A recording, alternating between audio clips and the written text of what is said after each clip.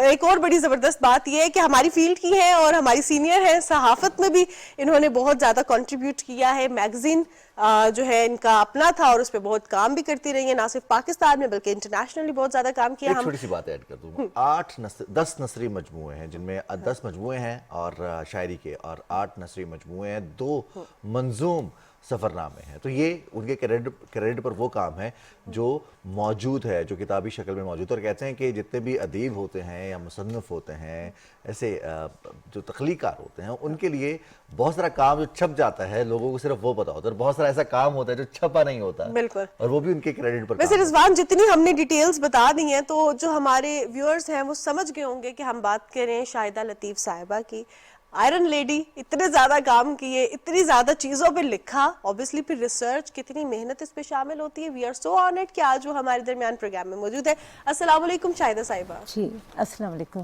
وعلیکم السلام. شاہدہ صاحبہ, سب سے پہلے تو بہت بہت مبارک ہو پرائڈ آف پرفارمنس پر بھی, اور دوسرا جو نعتیہ کلام آپ نے لکھا ہے بڑی سعادت کی بات ہے, اور رمضان المبارک میں اس کتاب کی نقاب کشائی ہوئی ہے.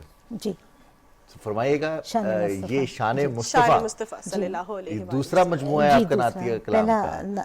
پہلا نگاہ مصطفیٰ تھا. ماشاءاللہ, تھوڑا سا اس کے بارے میں بتائیے گا ہمارے ناظرین کو. بس یہ اللہ کی عطا ہے جس کو عطا کر دے. اور پھر آپ شاعری تو کافی عرصے سے کر رہی تھی, لیکن یہ کرونا اور ڈینگی ان سب وباؤں کے بعد جو ہے ساتھ ساتھ رجحان اللہ اور اس کے محبوب حضرت صلی اللہ علیہ وآلہ وسلم کی طرف ہو گیا. اور یہ بہت بڑی بات ہے کہ نبی کریم صلی اللہ علیہ وآلہ وسلم کی شان اقدس میں لکھنا, اور یہ واقعی اللہ کا کرم ہوتا ہے. اللہ کا کرم. آپ سے میں یہ جاننا چاہوں گی شاہدہ صاحبہ کہ لکھنے کا آغاز کب کیا آپ نے, کیونکہ ناول بھی لکھے, شاعری بھی کی, پھر صحافت بھی کی, تو کیا جب فیلڈ میں آئیں پڑھ لکھ کے تب آپ کو انٹرسٹ ہوا یا شروع سے ہی انٹرسٹ تھا لکھنے میں, پڑھنے میں؟ شروع سے میرا خیال ہے میں نے پڑھنے سے پہلے لکھنا شروع کیا. واہ, بہت بچپن سے. جی بہت چھوٹی ایج سے. جی بہت چھوٹی ایج سے. تو یہ گھر میں والدین میں کوئی تھا جس کو دیکھ کر ہی شوق پیدا ہوا, یا نہیں, وہ کہتے کچھ ہیں نہیں کہ تھا. ہم بہت سارے ایسی چیزوں کے بارے میں کہتے ہیں کہ یہ جینیٹیکلی آ گئی ہیں, ہمیں پیرنٹس سے تحفے میں مل گئی ہیں؟ جی نہیں, کوئی بھی نہیں ہے. اچھا, فیملی میں یا ادھر ادھر یا سسرال میں یا کہیں پہ کوئی لکھاری نہیں ہے. صحیح ہو گیا. اچھا, پہلی جو کتاب لکھی یا پہلی جو نظم لکھی, جب ہم ٹین ایج میں ہوتے ہیں تو اکثر اوقات دکھی شاعری کرتے ہیں یا رومانٹک شاعری کرتے ہیں. آپ نے کس چیز سے آغاز کیا اپنی شاعری کا؟ میرا پہلا شعر میں آپ کو عرض کرتی ہوں, بہت بچپن کی بات ہے. والد صاحب بہت ناراض ہوئے تھے اس شعر پر. اس گھر میں رہوں کیسے کوئی مجھ کو بتا دے, اس گھر میں رہوں کیسے کوئی مجھ کو بتا دے, اس گھر میں اداسی کے سوا خاک نہیں ہے. کیا بات ہے, کیا بات ہے. تو یہ کس ایج گروپ میں لکھا ہوگا؟ بہت بہت بچپن سے. شروع تو بڑے ہیں, جو کام کرتی تھی تو نانی دادی سے تھوڑا غصہ بھی برداشت کرتی تھی. شاعری کر رہی ہوگی, غزل بنا رہی ہے, اتنی دیر کر دی کام میں, یہ ہوتا تھا. یہ جو تھوڑے سے کہتے ہیں نا کہ موجود ہوتے ہیں جو جن میں اللہ تعالیٰ نے یہ فن کی خاصیت رکھی ہوتی ہے, وہ ویسے ہی تھوڑے سے مختلف ہوتے ہیں باقی بچوں سے, اور سینسٹیو زیادہ ہوتے ہیں, ان کے کام کرنے کا انداز بھی مختلف ہو جاتا ہے, پھر وہ رویے جو ہیں ان کو زیادہ محسوس ہوتے ہیں. کیا کہتے ہیں اسے, حساس زیادہ ہو جاتے ہیں. تندیے باد مخالف سے نہ گھبرا اے آفتاب, یہ تو چلتی ہے تجھے اونچا اڑانے کے لیے. بالکل. تو میں آپ سے یہ بھی جاننا چاہوں گی کہ نظریہ ادب ہوتا ہے جی ہر شاعر کا, جی ہر رائٹر کا, آپ کا کیا نظریہ ادب ہے؟ ظاہر ہے نظریے کو سامنے رکھ کے پوئٹری کی جاتی ہے. لوگ کہتے ہیں, زیادہ تر رائٹرز اور شاعر وغیرہ کہتے ہیں کہ ادب کی کوئی سرحد نہیں ہوتی. بالکل. میں کہتی ہوں ادب کی بے شک سرحد نہیں ہوتی, لیکن شاعر کی سرحد ضرور ہوتی ہے. شاعر کی سرحد ہوتی ہے. اب میری سرحد پاکستان ہے, پاکستانیزم, پیٹریوٹزم. مجھے اگر پرائڈ آف پرفارمنس بھی انہوں نے دیا ہے, میری پوئٹری میں, میری دوسری کتابوں میں میری صحافت میں، بلکہ میرا میگزین اوورسیز انٹرنیشنل کی پیشانی پہ لکھا تھا پاکستانیت کا علمبردار. واہ کیا بات ہے. تمام جہتوں پر، زندگی کے تمام رخ پہ، ٹوٹیلٹی پر ہمارا میگزین تھا. میں نے 22 سال میگزین کیا ہے، جس میں گورنمنٹ آف پاکستان نے بہت مدد کی. اسی سے ہم جڑیے ایک اگلی بات کر رہے تھے کہ میگزین دوبارہ شروع کرنے کا ارادہ ہے. نہیں، اب شاید اچھے وقت پہ چھوڑ دیا، کیونکہ اب لوگ، آپ نے دیکھا ہے، سب لوگ موبائل سے جڑ گئے، سوشل میڈیا پہ آتے ہیں. سوشل میڈیا پہ آ گئے، یوٹیوب، یہ وہ سارا، اب اخبار کوئی نہیں پڑھتا. اگر اب میگزین ہو بھی تو وہ شاید ای میگزین ہو، تاکہ الیکٹرانک ہو، ڈیجیٹل ہی. نہیں، ڈیجیٹل پڑھ لیتے ہیں.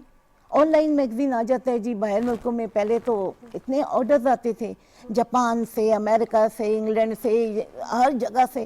بعد میں آن لائن ہم نے پڑھ لیا میگزین. بتائیے. تو وہ کمرشل اسپیکٹ اس کا وہ صحیح. جی وہ کم ہو گیا. شاہدہ صاحبہ، اب آپ سے یہ بھی جاننا چاہوں گی کہ آپ نے اتنے عرصے صحافت بھی کی ہے، انٹرنیشنل لیول پہ کی ہے، پاکستان کو ریپرزینٹ کیا ہے، پھر شاعری بھی کی ہے. اب صحافت اور شاعری میں دیکھا جائے تو ایک چیز کا فرق ہے کہ صحافت میں آپ کی سینسٹیوٹی میٹر نہیں کرتی، آپ کے ایموشنز میٹر نہیں کرتے. سم ٹائمز آپ دیکھتے ہیں کہ بہت چیزیں غلط بھی ہو رہی ہیں، آپ نے صرف رپورٹ کرنا ہے، کیونکہ صحافی کا کام صرف رپورٹ کرنا ہے. شاعر کا کام اس کو بیان کرنا ہے، اس کے حوالے سے جذبات کی عکاسی کرنا ہے. اب دونوں دیکھا جائے تو بڑی ڈفرینٹ چیزیں ہیں. ایک میں بالکل ایموشنز انوالو نہیں ہیں، ایک میں ہے ہی سارے جذبات کا کھیل. تو اس کو کیسے مینیج کیا؟ کیا کبھی ایسا ہوا کہ ایموشنز جو ہے صحافت پہ غالب آ گئے، اور کبھی ایسا ہوا کہ آپ نے کہا کہ نہیں یہ تو دنیا میں ایسا ہی ہوتا ہے، تو آپ نے بھی شاعری کے ذریعے اس کو ہی بیان کیا؟ نہیں، ضابطۂ اخلاق ہوتے ہیں. ضابطۂ اخلاق یہ ہوتا ہے کہ آپ جو ہے اپنی حدود سے باہر نہ نکلیں. دیکھیں، میں نے ہمیشہ ٹی وی پر، پی ٹی وی تو میرا ہوم ہے، میں سمجھتی ہوں، کیونکہ بہت بچپن سے میں پروگرامز کرتی رہی ہوں. جب بیرکوں میں ہوتا تھا پی ٹی وی، ناہید نیازی مصلح الدین بنگلہ اور اردو کا میوزک کا پروگرام تھا، کلیوں کی مالا، میں اس میں آیا کرتی تھی. تو یہ تو میرا پی ٹی وی جو ہے یہ ہوم کی طرح ہے. تو اپنے ایک حدود ہے، حدود میں رہنا چاہیے. میں نے ہمیشہ کہا ہے کہ ہمارے اسکول اور کالج اور یونیورسٹی لیول تک بھی پاکستانیزم، پیٹریوٹزم پڑھایا جانا چاہیے. پاکستانیت ضرور پڑھائیں لوگوں کو. ایسا کوئی ہو جو مینیج کریں کہ بھائی اپنے پاکستان پہ کوئی پاکستانیزم کا کوئی ادارہ ہونا چاہیے. جذبہ تو ہم سب میں موجود ہوتا ہے، بات صرف اس کو اجاگر کرنے کی ہے، اس کو پروان نہیں، چڑھانے وہ لوگ کی ہے. کہتے ہیں جی ادب کی کوئی سرحد نہیں ہے. ارے بھائی، شاعر کی تو سرحد ہے، اور اس کو اپنے اس کی جو وطن پہچان ہے وہ بھی تو اپنے وطن سے، اپنی مٹی سے ہے، اپنے نام سے ہے. تو طاہرہ صاحبہ، آپ نے بات کی نا ضابطۂ اخلاق کی. جی جی. صحافت میں آج کل ایک بہت ٹرم یوز کی جاتی ہے، آزادی اظہار رائے.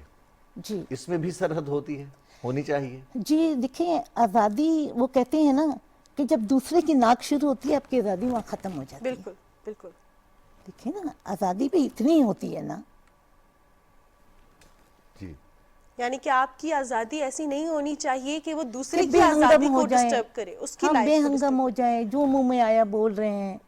آپ مطلب کنٹرول ہونا چاہیے اپنے آپ پہ، سب اپنی زبان پہ. ادب جو ہے وہ پوری زندگی پر محیط ہے. ادب برائے ادب نہیں ہے، ادب برائے زندگی ہے. واہ کیا بات ہے، ادب برائے زندگی. اور یہ بہت ضروری بھی ہے. اب آپ سے شاہدہ صاحبہ درخواست کروں گی کہ اپنی کوئی غزل یا کوئی نظم سنانا چاہیں. بلکہ ہم ایگزیکٹلی شاعری کا جو ایلیمنٹ ہے وہ تو اس کے بغیر ہم کیسے آگے بڑھ سکتے ہیں؟ جی، سب سے پہلے میں ایک حمد باری تعالیٰ پیش کروں گی. پلیز.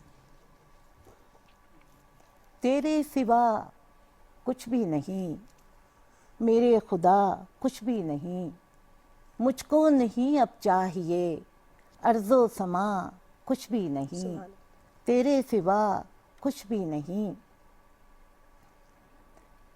یہ زندگی، یہ بندگی، یہ دوستی، یہ دشمنی، یہ تیرگی، یہ روشنی، جلوہ نما کچھ بھی نہیں، تیرے سوا کچھ بھی نہیں. یہ شاعری فہم و ذکا، یہ رات دن کا فلسفہ، پڑھنا ہے کیا، لکھنا ہے کیا، یہ شاہدہ کچھ بھی نہیں.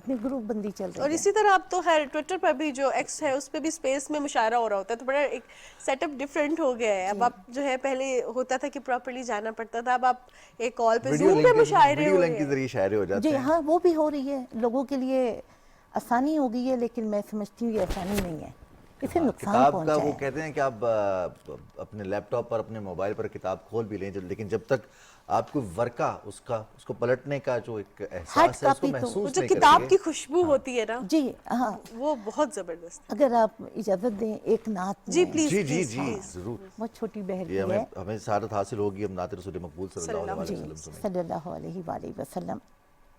آگہی یا نبی, آگہی یا نبی, روشنی یا نبی, روشنی یا نبی, ان وباؤں سے ہم کو اما دیجیے, ان وباؤں سے ہم کو اما دیجیے, زندگی یا نبی, زندگی یا نبی, ہر طرف ہے زمانے میں پھیلی ہوئی, ہر طرف ہے زمانے میں پھیلی ہوئی, تیرگی یا نبی, تیرگی یا نبی, اور کوئی ہمیں آسرا ہی نہیں, اور کوئی ہمیں آسرا ہی نہیں, آپ ہی یا نبی, سبحان اللہ, آپ سبحان ہی اللہ. یا نبی, آگہی یا نبی, آگہی یا نبی, روشنی یا نبی, روشنی یا نبی. سبحان اللہ, سبحان اللہ. بے جزاک شک اللہ, اتنی کوئی خوبصورت اور نعت کا آسرا نذرانہ نہیں. پیش کیا.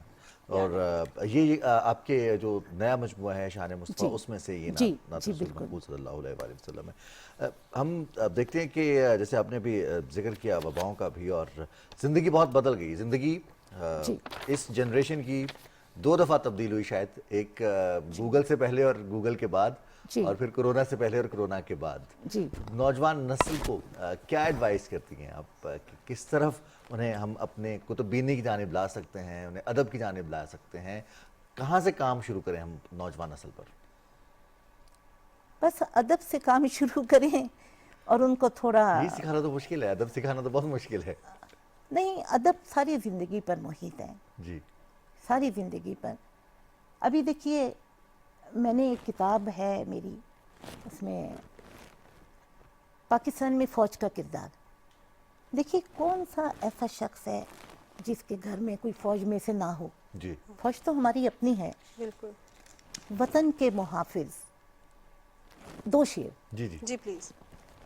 تم محافظ ہو میرے وطن کے, تم محافظ ہو میرے وطن کے, پاس باں ہو بہارے چمن کے, تم سے ہے سرحدوں کی حفاظت, تم کو میرا سلام عقیدت. واہ واہ واہ. تم محافظ ہو میرے وطن کے. سو گڈ, سو گڈ, بہت. So good. At the end میں آپ جی سے جی ایک درخواست کرنا چاہوں گی جی شاہدہ پلیز. صاحبہ. جی جی آپ نے اتنا کام کیا, ادب کے حوالے سے کام کیا, شاعری پہ کام کیا, ناولس لکھے, مترجم ہیں آپ, صحافت کے ساتھ جڑی رہیں, بہت ڈفرینٹ فیلڈز میں کام کیا. ہماری جو خواتین ہمیں دیکھ رہی ہیں, جو مرد حضرات جو بگنرز ہیں اپنے کریئر کے, اور لکھنا جو ہے وہ سیکھ بھی رہے ہیں, چاہتے بھی ہیں کسی کے انڈر کام کریں ہیں تاکہ اپنی سکلز کو پالش کیا جا سکے, ان کو کیا پیغام دینا چاہیں گی؟ دیکھیے, میرے کراچی یونیورسٹی سے میں آنرس کیا ہے, اور یہاں راولپنڈی سے اسکول اور کالج, یہ اپنے وہ بھی راولپنڈی کا گورنمنٹ کالج. مجھے وہاں پہ بڑی اچھی لڑکیاں اپنی ہم جولیاں نظر آتی تھیں, جنہوں نے بڑے بڑے کام کرتی تھیں, جو رائٹر بھی تھیں, شاعرہ بھی تھیں, سب کچھ تھیں, لیکن ان کو مواقع نہیں مل سکے, گھر میں اپریسیشن نہیں ملی. میں سمجھتی ہوں کہ جس طرح ایک کامیاب مرد کے پیچھے ایک عورت کا ہاتھ ہوتا ہے, اس طرح ایک کامیاب عورت کے پیچھے بھی ایک مرد کا ہاتھ ہوتا ہے. بالکل, بڑی خاص تو بات. اپنے گھر میں والد, پھر شادی کے بعد شوہر, یہ لوگ مطلب آپ کو انسپائر کرتے ہیں, آپ کو بک اپ کہتے ہیں, آپ کے تھوڑی آپ کو انسپریشن ملتی ہے ان سے, بالکل پاور ملتی ہے. بالکل. تو مجھے بھی میرے شوہر کی طرف سے بہت یہ سارے کام جو کر پا رہی ہوں.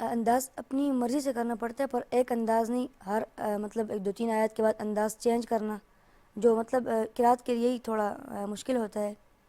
تو ہر آیت کے بعد انداز چینج کرنا، اور تلاوت وہ خود دیتے ہیں کچھ گھنٹے پہلے، تو اس تلاوت کو بنا کے ان کی تو یہ بتائیے کہ یہ جو انداز بدلنے کے لیے اور اسٹیمنا بنانے کے لیے آپ کو صرف اپنی آواز میں یا سانس میں دم نہیں چاہیے ہوتا ہے، آپ کو کھانا پینا بھی اچھا چاہیے ہوتا ہے. اور کہا جاتا ہے کہ حفاظ کرام تو ماشاءاللہ ویسے بڑے شوقین ہوتے ہیں. کیا کھاتے ہیں شوق سے؟ جو بھی ملے بس الحمدللہ شوق سے ہی کھا لیتا ہوں. پسند کی چیز جو بنواتے ہو آپ حافظ محمد ابوبکر گھر میں خاص طور پر؟ بریانی پسند ہے مجھے. بریانی پسند ہے. کیونکہ رات میں تو بلکہ جو اگر نعت بھی پڑھنی ہو تو اس پہ تو یہی کہا جاتا ہے کہ آپ مسالے دار چیزیں استعمال نہ کریں، گلا متاثر ہوتا ہے. زیادہ نہیں استعمال کرنی چاہیے، میں بھی زیادہ نہیں کرتا، تھوڑی بہت استعمال. پسند بریانی. یعنی کہ جب کوئی آپ نے کمپٹیشن جیت کے آتے ہیں تو پھر گھر یہ فرمائش کرتے ہوں گے. چھوٹی سی ایج آپ کی اور ماشاءاللہ کام بہت بڑے بڑے کر رہے ہیں آپ، پاکستان کا نام تو روشن کر رہے ہیں، لیکن دین کے ساتھ لگاؤ، یہ جو کنیکٹیوٹی ہے اللہ پاک سے اس عمر میں، کیا آپ فیل کرتے ہیں ایز کمپیئر ٹو آپ کی ایج کے جو بچے ہوتے ہیں؟ کیا آپ کو فیل ہوتا ہے کہ اپنا آپ زیادہ میچور یا ایمان میں زیادہ پختگی جو ہے محسوس ہوتی ہے؟ کس طرح کی فیلنگ ہوتی ہے؟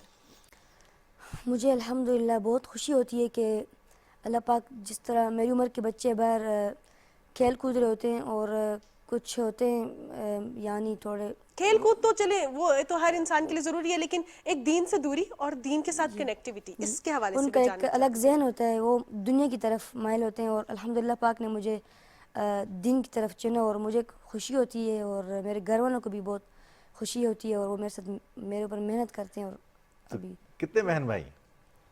ہم 4 بہن بھائی. 4 بہن بھائی. اور حافظ محمد ابوبکر کے علاوہ اور کوئی حافظ یا حافظہ ہیں؟ نہیں، وہ ان کی عمر بہت چھوٹی ہے. اچھا ماشاءاللہ. اچھا، یہ آپ بڑے ہیں. سارا جو ہے آپ تو یقینی طور پر پھر آپ تو ان کے لیے رول ماڈل بھی بنیں گے کہ اگر محمد ابوبکر نے حفظ کیا ہے اور انعامات جیتے ہیں تو ہم بھی انعامات جیتیں گے، چاہے وہ اپنی کسی بھی فیلڈ کو چوز کریں.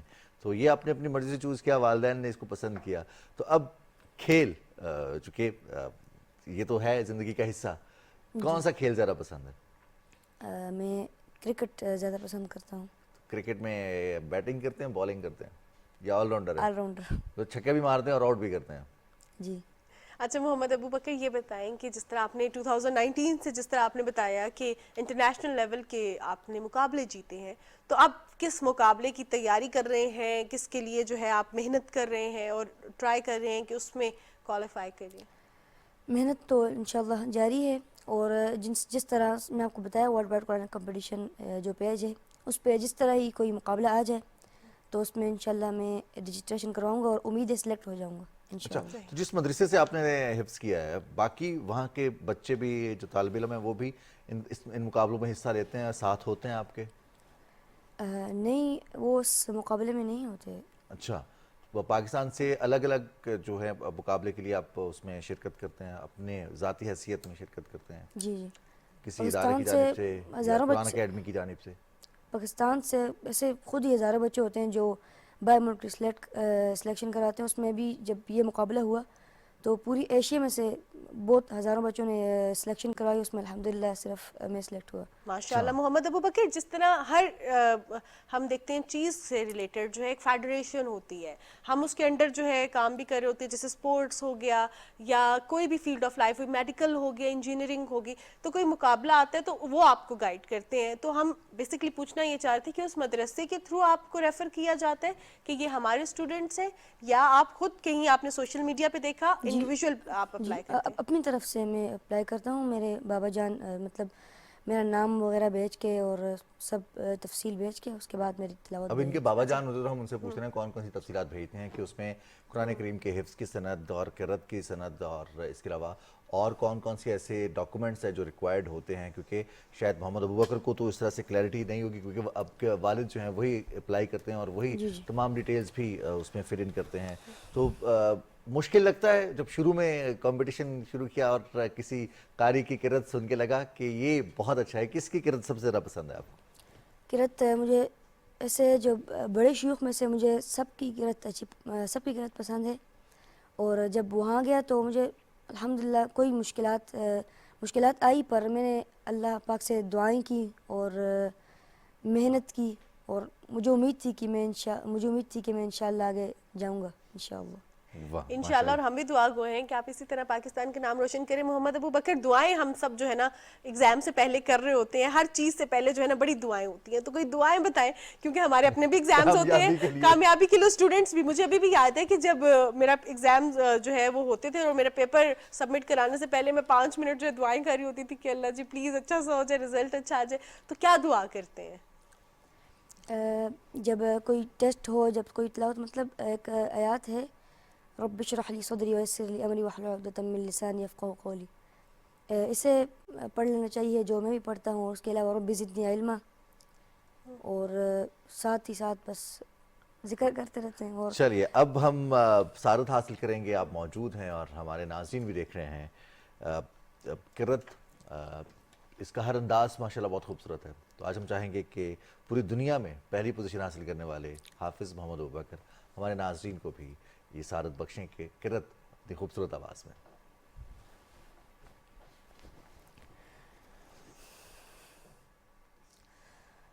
اعوذ باللہ من الشیطان الرجیم,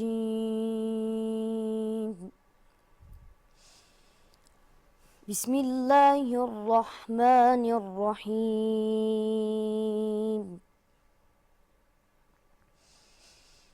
ان المتقین فی جنات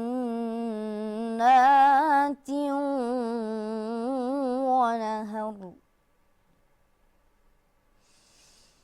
فی مقعد صدق عند ملیک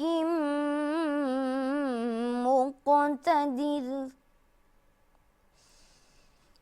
ان المتقین فی جنات ونہر,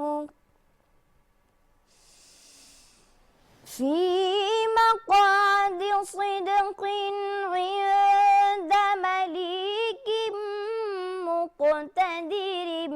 بسم اللہ الرحمن الرحیم.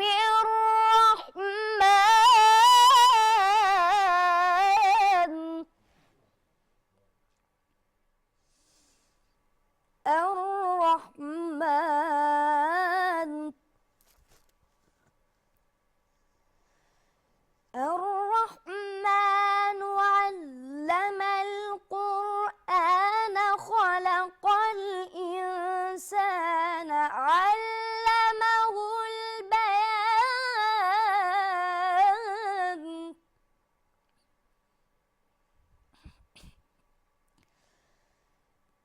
الشمس والقمر بحسبان, والنجم والشجر يسجدان.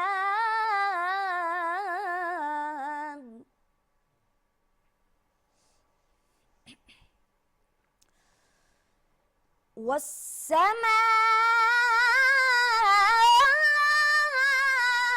رفعها ووضع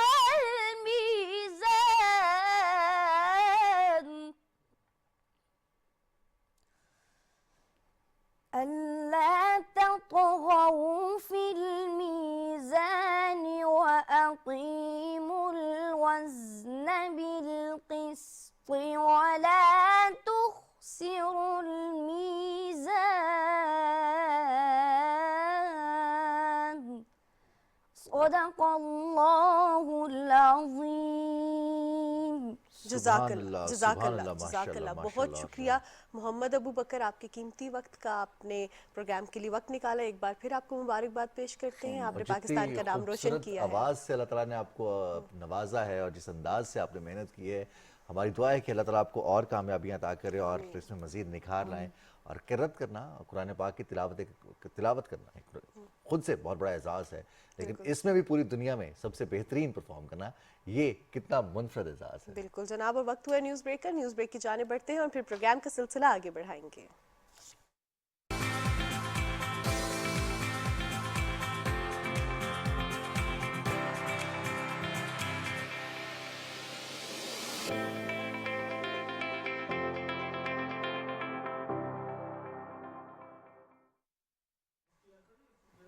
صبح پاکستان میں ایک بار پھر آپ سب کو خوشامدید کہتے ہیں اور اوبیسلی رمضان المبارک ہے. پروگرام کا سٹارٹ بھی ہم نے اس چیز کے حوالے سے کیا کہ موسم نے جو کروٹ لی ہے اس پہ ہماری بھی جو کریونگز ہیں وہ بھی ذرا ٹویسٹ کر گئی ہیں, اور جب موسم کروٹ لیتا ہے تو مزیدار سے کھانے کا بھی دل ایک چاہتا ہے. سوال ہے میرا مانور کہ کریونگ زیادہ موسم کی وجہ سے ہوتی ہے, جب خوشبو آتی ہے کہیں سے کچھ پکنے کی تب زیادہ ہوتی ہے؟ اور خاص طور پہ جب ریسٹورنٹ میں بیٹھے ہو ساتھ والے ٹیبل پہ زبردست کھانا آ جائے نا تو بس اس ٹائم پہ کریونگ زیادہ ہونا شروع ہو جاتی ہے. اب رضوان کہیں گے مانور ہے اور کھانے کی بات نہیں کی تو ایسے ہو نہیں سکتا, تو ہم نے کیا کیا ہے کہ آج ہم کھانے پہ کریں گے پورا سیگمنٹ. لیکن اس سے پہلے ہم اپنے ریگولر سیگمنٹ کی جانب جائیں گے جو کہ ہر پیر اور ہر جمعرات کو ہوتا ہے. مظہر شہزاد صاحب ہمارے ساتھ اسٹوڈیوز میں موجود ہوتے ہیں بڑے بہترین سے کارٹون کے ساتھ. مظہر بھائی السلام علیکم. وعلیکم السلام. یہ خوشبوئیں کہاں سے کھانوں کی آ رہی ہیں مانور کو صبح صبح اور اس ٹائم, اور خاص کر اس ٹائم؟ ابھی آپ کو بھی مظہر صاحب خوشبوئیں آئیں گی جب ہم کریں گے مزیدار سے کھانوں کی بات اور خاص طور پہ میٹھوں کی بات. آپ پہلے بتاتے ہیں ہم روزہ نہ رکھتے ہیں. آپ آغاز کیجئے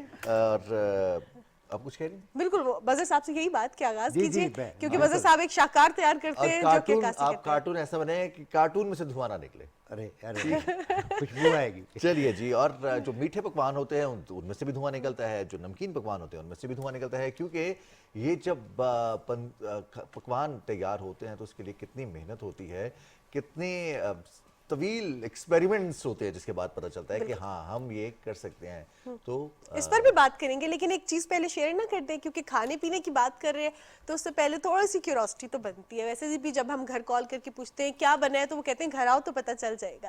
اسی طرح تھوڑی سی کیوریوسٹی مینٹین رکھتے ہیں. کھانے کے ساتھ بات کریں تو پاکستان کے ہر کلچر کے کھانے بہت مزیدار ہے, اور جہاں پہ ہم بلوچی کلچر کے حوالے سے بات کرتے ہیں تو کھانوں کے ساتھ ساتھ بلوچی سجی کے ساتھ ساتھ بلوچی ٹوپیاں بہت زیادہ پسند کی جاتی ہیں اور اتنے زبردست سے اس پہ کڑھائی کی جاتی ہے, چاہے بلوچی کپڑے ہوں بلوچی ٹوپیاں ہوں. اور یہ کلچر کی پہچان ہے. اور ہم اگر اجرک کی بات کریں, جیسے پنجاب کی پگڑی مشہور ہے, سندھ کی اجرک مشہور ہے, سندھی ٹوپی بھی مشہور ہے, ایسے ہی ہم آپ کو لے چلتے ہیں بلوچستان, جہاں پر بلوچستان کی جو بلوچی ٹوپی ہے خاص طور پر یہ منفرد پہچان رکھتی ہے اور اس کی بہت مانگ بھی ہے, ڈیمانڈ بھی ہے. اور اس کی تیاری کیسے ہوتی ہے, اس کی ڈیمانڈ کتنی زیادہ ہے, اس پر ایک رپورٹ ہے مصری بگٹی نے تیار کی ہے, وہ دیکھتے ہیں. بلوچی ٹوپی کی تیاری آسان نہیں. کئی مرحلوں کے بعد بلوچی ٹوپی تیار ہو جاتی ہے. سب سے پہلے اعلیٰ قسم کے کپڑے کا انتخاب کیا جاتا ہے. اس کے بعد خوبصورت ڈیزائن کی چھپائی, تو پھر ہاتھ سے بڑی مہارت کے ساتھ تیار کی جاتی ہے. بلوچی ٹوپی شوق سے پہنتے ہیں.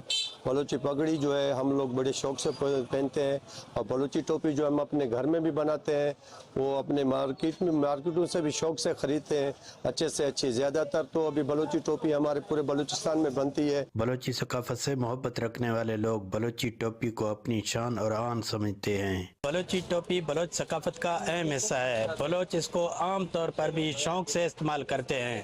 بلوچی ٹوپی کے بغیر بلوچستان کی ہر تہوار کو ادھورا سمجھا جاتا ہے. مصری بگٹی, پاکستان ٹیلی ویژن, جعفر آباد.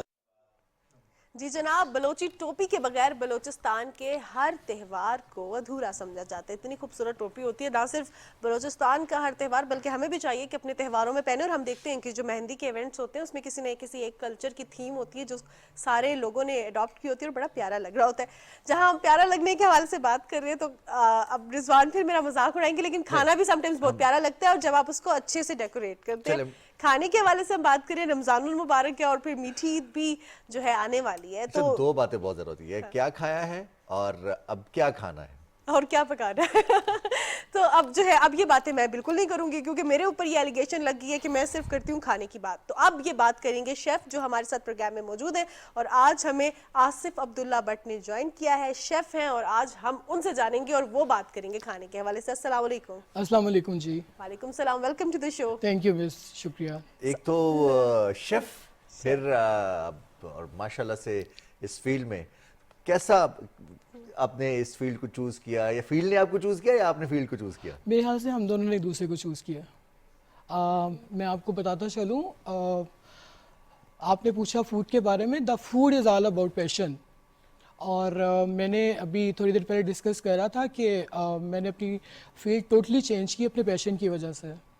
2008 میں نے جوائن کیا اور میں نے اس کا باقاعدہ ایجوکیشن لیا, اور پھر میں نے باقاعدہ ابھی مجھے ماشاءاللہ 12 سے 13 سال ہو گئے اس فیلڈ میں. سو پہلے کیا فیلڈ تھی؟ اور I was working with my brother